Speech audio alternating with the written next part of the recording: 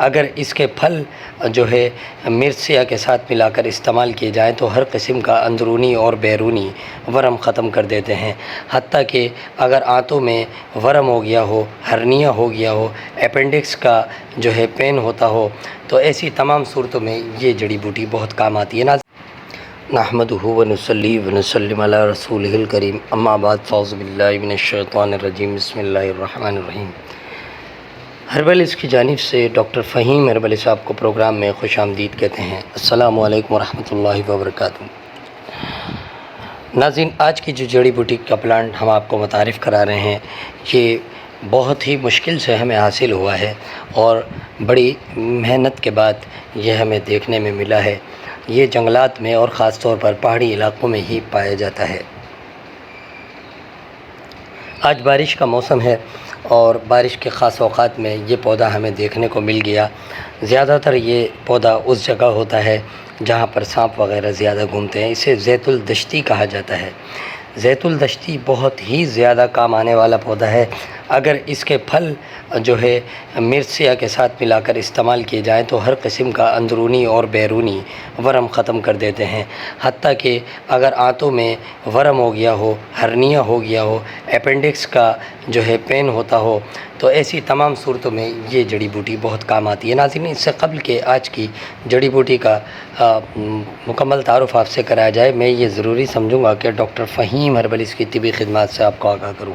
آپ سوراب گوٹ JDC office کے سامنے ہربل ہلز کلینک کرتے ہیں، دبئی، کویت، جدہ میں بھی کلینک کرتے ہیں۔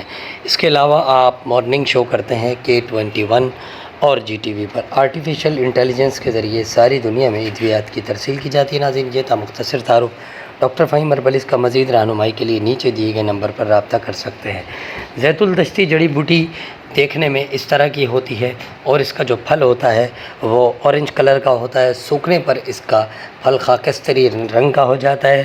اس میں کٹائی جڑی بوٹی کی طرح پھول لگے ہوتے ہیں اور اسے زیت الدشتی کہا جاتا ہے، یعنی کہ جنگلی زیتون اسے کہا جاتا ہے، جو جنگلات میں پائے جانے والا زیتون ہے اور جو خود رو اگتا ہے، یعنی کہ یہ ایک خاص قسم کی آرگینک جڑی بوٹی ہے۔ ناظرین، اس کے بے بہا فوائد ہیں۔ یہ متحرک اعصاب ہے، اس لیے وہ لوگ جو اعصاب کی لغزش میں پریشان ہیں، جن کے پٹھے کمزور ہیں، جو تھوڑی بہت محنت کرتے ہی تھک جاتے ہیں، انہیں اس کے استعمال سے بے حد نفع ہوتا ہے۔ تو وہ اندرونی طور پر بھی اس کے پتے 2 گرام تک کھا سکتے ہیں۔ اس کے علاوہ سب سے زیادہ مفید ترین طریقہ یہ ہے کہ سرسوں کے تیل یا کھوپرے کے تیل میں اس کے پتوں کو جلا لیا جائے اور اس تیل کا استعمال کیا جائے۔ اس تیل کو استعمال کرنے سے بہت زیادہ فائدہ ہوتا ہے اور میں جو ذیل میں آپ کو علامات بتاؤں گا اس میں آپ اسے استعمال کر سکتے ہیں۔ اس کا تیل محلل ورم ہے، ہر قسم کے ورموں کو ختم کرتا ہے۔ مقوی دندہ ہیں، نمک میں ملا کر اگر اس کا تیل دانتوں میں مالش کیا جائے یا دانتوں کو صاف کیا جائے تو دانتوں میں سے ہر گند کو نکال کر باہر کر دیتا ہے۔ دافع درد ورم و مقوی قلب ہے۔ ناظرین، اس کے بہت زیادہ فائدے ہیں، پھر کسی دن اس کی تفصیلی بات کریں گے۔ اسی کے ساتھ ڈاکٹر فہیم کو اجازت دیں۔